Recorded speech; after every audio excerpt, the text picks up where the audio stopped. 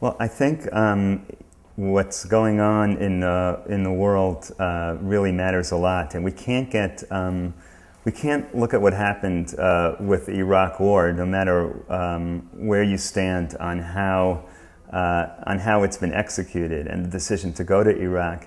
That can't stymie you, and it can't paralyze you from being involved in what's going on in the rest of the world forever.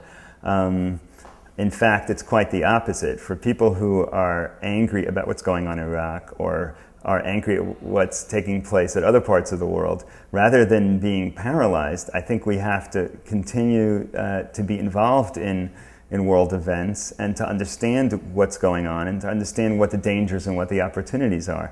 And it seems to me that for a person who lives in New York City who's going to be here when Ahmadinejad is going to be here, I don't see any other reaction than to protest his basically genocidal, openly and proudly, his genocidal declarations about Israel, about attacking the U.S., about the West. Here you have someone that is proudly declaring what he wants to do, and we know that Iran the regime is feverishly working towards attaining the tools that can achieve some of his horrific proclamations of a world without Israel and getting to the West. And of course, after what happened with Iraq, we have to be very, very careful to really use America's soft power and to flex that power in a way that can prevent nuclear proliferation in Iran without a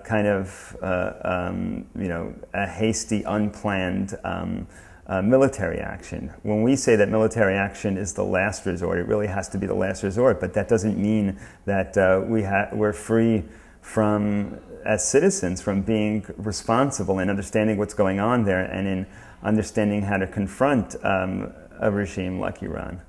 Imagine if before the genocide in Rwanda, we knew for years that the regime in Rwanda, they were making open declarations. Imagine if we all knew that.